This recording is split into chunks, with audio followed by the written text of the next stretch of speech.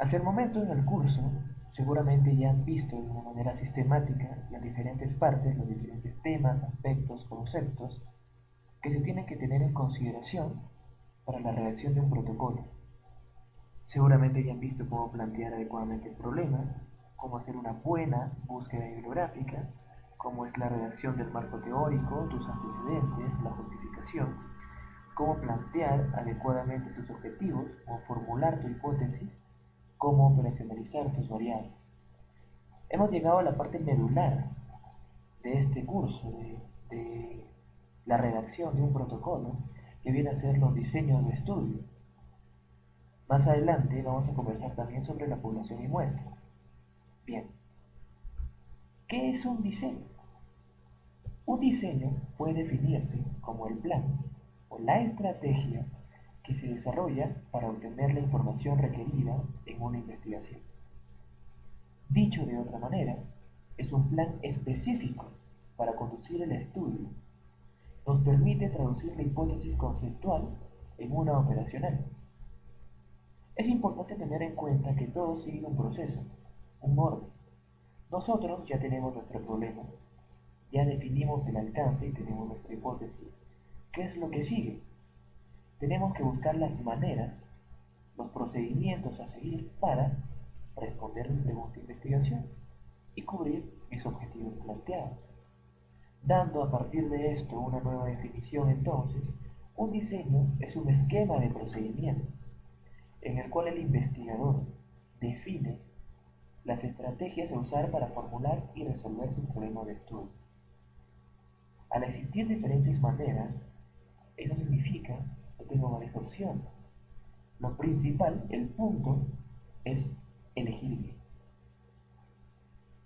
Tenemos diferentes clasificaciones, diferentes maneras de clasificar nuestros estudios. Esta es una de ellas, una un poco específica, quizá. Por ejemplo, si queremos clasificar nuestro diseño de estudio de acuerdo a la cronología, tenemos estudios prospectivos, retrospectivos y ambispectivos. Los estudios prospectivos, como su nombre lo dice, son de ahora en adelante, a medida que van sucediendo las cosas. Un estudio retrospectivo es para atrás. Supongamos un investigador que quiere evaluar una enfermedad X y revisa registros, historias clínicas. Y ambispectivo, su nombre nos puede dar una idea, junta con dos. Definiendo ahora mis diseños de estudio de acuerdo a la intervención, tengo dos opciones, los estudios observacionales y los experimentales. Como su nombre lo dice, en el primero observo, el investigador observa. En cambio, en los segundos hay manipulación de la variable, lo vamos a ver más adelante. Si evaluamos de acuerdo a la secuencia temporal, tenemos nuestros estudios transversales y los longitudinales. Los estudios transversales son de manera práctica un solo corte. ¿Qué significa? No se va a hacer ningún seguimiento, evalúo mi variable X una sola vez. Permite evaluar prevalencias. En los estudios longitudinales, yo tengo dos o más cortes en el proceso de estudio.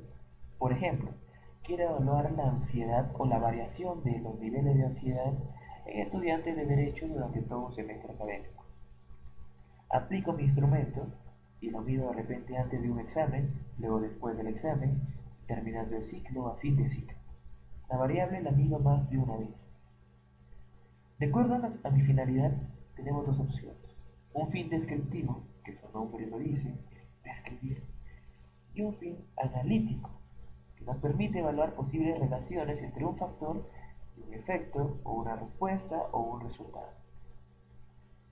Tenemos también, de acuerdo a la unidad de análisis, que puede ser basándome en individuos, o bien los llamados estudios ecológicos, que lo vamos a conversar en la siguiente diapositiva.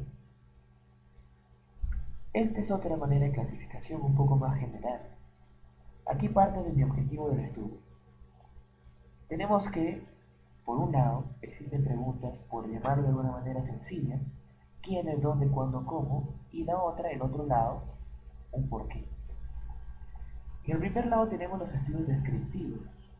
Los estudios descriptivos nos permiten generar o plantear hipótesis, pero no nos permiten demostrar la relación causal.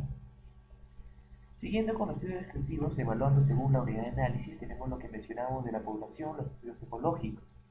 O sea, porque la unidad de análisis no es el individuo, sino toda la población, estamos hablando de estudios ecológicos. Si bien es cierto, existen ventajas de estos estudios a nivel de campo epidemiológico, es importante tener en cuenta la llamada falacia ecológica, que es un tipo de error. ¿En qué consiste? En inferir la naturaleza individual a partir de información obtenida en grupo. Respecto a la unidad de análisis, o cuando la unidad de análisis es el individuo, tenemos dos opciones, los estudios transversales y los estudios longitudinales, que ya lo hemos visto en la diapositiva anterior. Existe un subgrupo dentro de estos estudios: pruebas diagnósticas, estudios de concordancia, estudios de asociación cruzada y las series de casos. Pasamos ahora a los estudios analíticos, que nos permiten confirmar, evaluar y confirmar nuestra hipótesis de estudio. Nos preguntamos, ¿el investigador controla la asignación de la exposición en el estudio? Si es no, tenemos otra vez los estudios observacionales, que también pueden ser transversales, y aquí están los conocidos ya transversales analíticos. Pero, si es que existen criterios para la formación o selección de grupos, puede tener dos opciones, o mejor dicho tres: cohortes y casos y controles, y los famosos estudios híbridos. Conversemos sobre cada uno.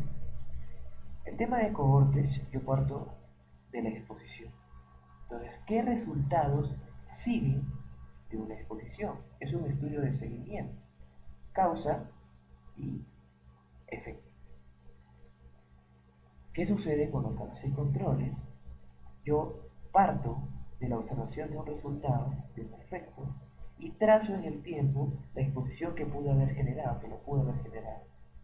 Dicho de otra manera, efecto, causa. Es importante tener en cuenta que cada diseño de estudio tiene sus limitaciones, sus ventajas y sus desventajas. Esto es importante para la selección de ellos. Hablemos sobre los estudios de cohorte.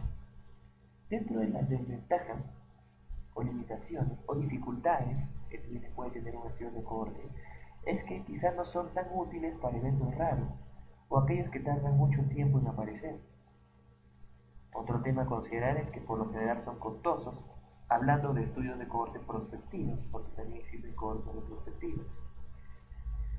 El tema de casos y controles, este tipo de estudios, este diseño de estudios, son útiles para eventos que tardan tiempo en manifestarse. Es importante recordar que los casos son aquellos que presentan el evento o el problema, y los controles aquellos que no lo presentan. Cuando la respuesta era sí a la pregunta lanzada anteriormente, tenemos los estudios experimentales, que a su vez también tienen un subgrupo o subgrupos. Los ensayos clínicos, los ECA, los famosos ECA, los ensayos clínicos aleatorizados, que son un patrón de referencia. ¿En qué consiste? Su nombre lo dice. Hay asignación al azar, hay manipulación de la variable y asignación al azar. Un ensayo comunitario, su nombre nos puede dar una idea, nos permite evaluar el efecto de las intervenciones. Por ejemplo, yo realizo una campaña informativa o realizo una campaña educativa en una comunidad amplia y evalúo el efecto de la intervención. Los ensayos de campo se realizan o son aquellos que se aplican en sujetos que aún no han adquirido la enfermedad. Esta, como les digo, es una clasificación general y así pueden encontrar más, como la siguiente. Esta diapositiva me importa por dos cosas.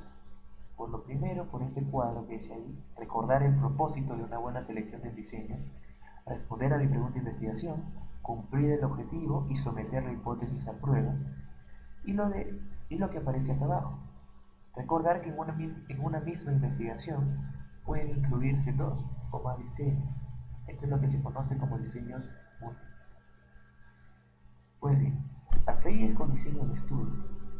Ya tengo yo seleccionado entonces hasta ese momento cuáles son los procedimientos que voy a seguir. Voy a pasar a mi población. ¿Voy a estudiar mi población o voy a estudiar una parte de ella?